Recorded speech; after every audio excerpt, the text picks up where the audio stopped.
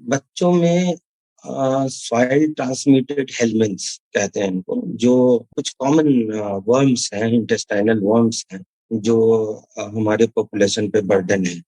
जैसे सबसे कॉमन जो है स्केरियसिस है, और टेप वर्म है, हुक वर्म है, और विक वर्म है। ये 3-4 किस्म हैं जो हमारे सोसाइटी में प्रेवलेंट है।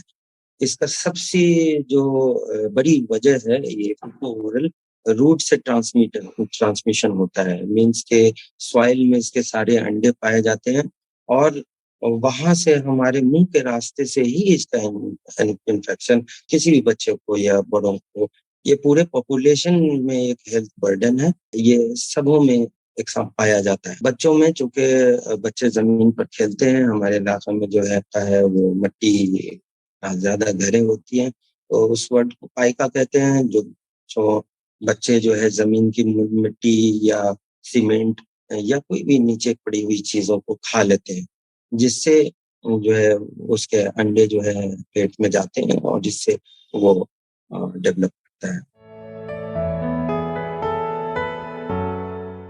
बच्चों में खास तौर से कुछ अलामतें हैं, जैसे एनल ईचिंग, पैखाने के रास्ते में रात में ज्यादा जो है ईचिंग करना, और उल्टी जैसा जी मचलना या वोमिटिंग टेंडेंसी, पेन एब्डोमेन, और वजन कम, और एनीमिया जो है वो दिखता है कि इसमें खून की कमी हो रही है बच्चों में, कि दांत का किरकिराना, जो ग्राइंडिंग टीथ कहते हैं इसको।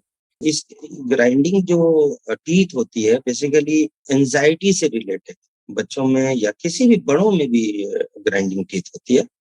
तो बच्चों में ये ज्यादा दिखता है, इसलिए वो किसी भी एंजाइटी में ये प्रेजेंट करता है।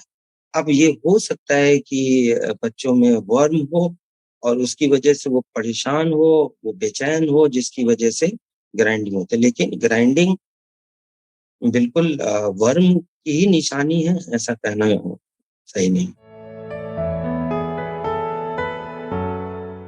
सबसे पहले तो ये जो वर्म्स हैं, ये कई तरह की चीजों से ये परेशान कर सकते हैं। एनीमिया तो एक बहुत सी छोटे छोटे लेवल से परेशान करने वाली चीज की वजह बनता है। इससे बड़ी वजह भी बन जाती है। कभी कभी ऐसा होता है कि ये गुच्छे की शक्ल में बन करके हमारे बच्चों के आंतों में बंध जाता है, जिसको इंटेस्टाइनल ऑब्स्ट्रक्शन कहते हैं, और ये ऑपरेशन का भी मामला बनता है। कभी कभी ऐसा होता है कि इसका प्लाज्मा लंग्स में पहुंच जाता है, और ऐसा होता है कि ये जो है पेरिटोनियल कैविटी में भी, यानी दिमाग में भी, लीवर में भी, कई जगहों पर जो है ये पहुंच जाता है। लीवर एब्सिस करा देता है। तो ये एक छोटा सा कीड़ा जानलेवा भी हो सकता है। सबसे अच्छा और बेहतर इलाज जो है प्रिवेंशन है, बचाव।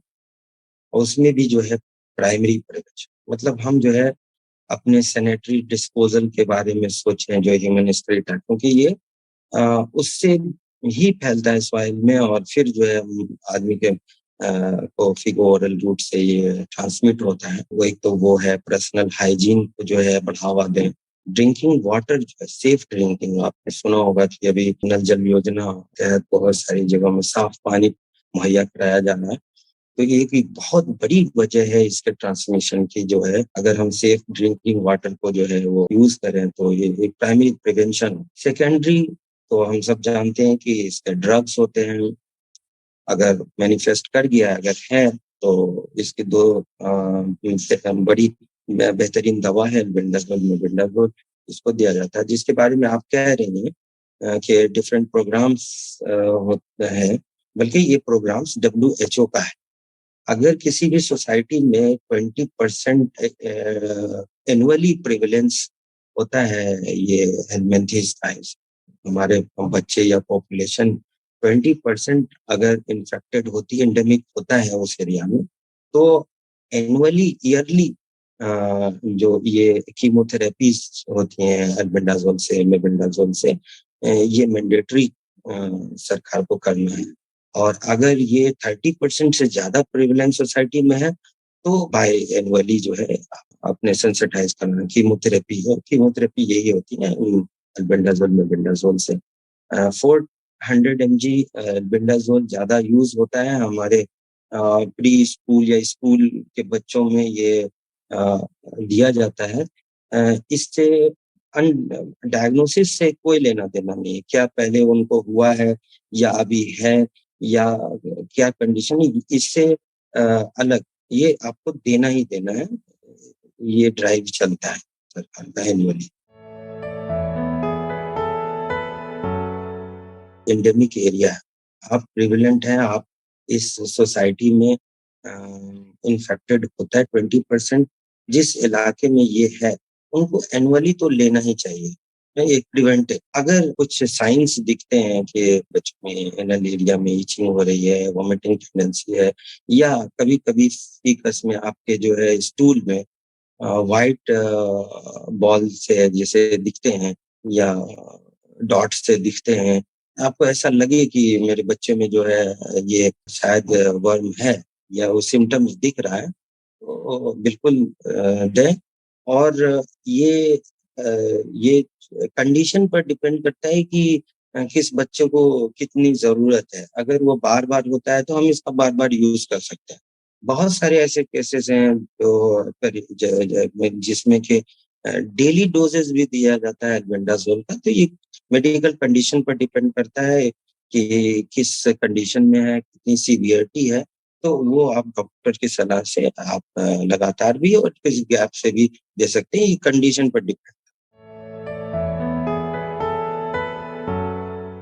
ज़रूरी चीज़ें हैं कि hygiene, personal hygiene, safe drinking water, इन सबको इनकरेज किया जाए। स्किल्टा को सेफली उसको डिस्ट्रीब्यूट किया जाए। सबसे ज़रूरी है कि जब स्कूल में बच्चे पहुँचते हैं तो स्कूल को चाहिए कि जो है इन सब प्रोग्राम्स को वो अ, कराएँ कि जिससे कि बच्चों में हाइजीन, अवेयरनेस और हेल्थ एजुकेशन, हैंड वॉशिंग, इन सब चीज़ों को कुछ किया जाए तो इससे कम होगा।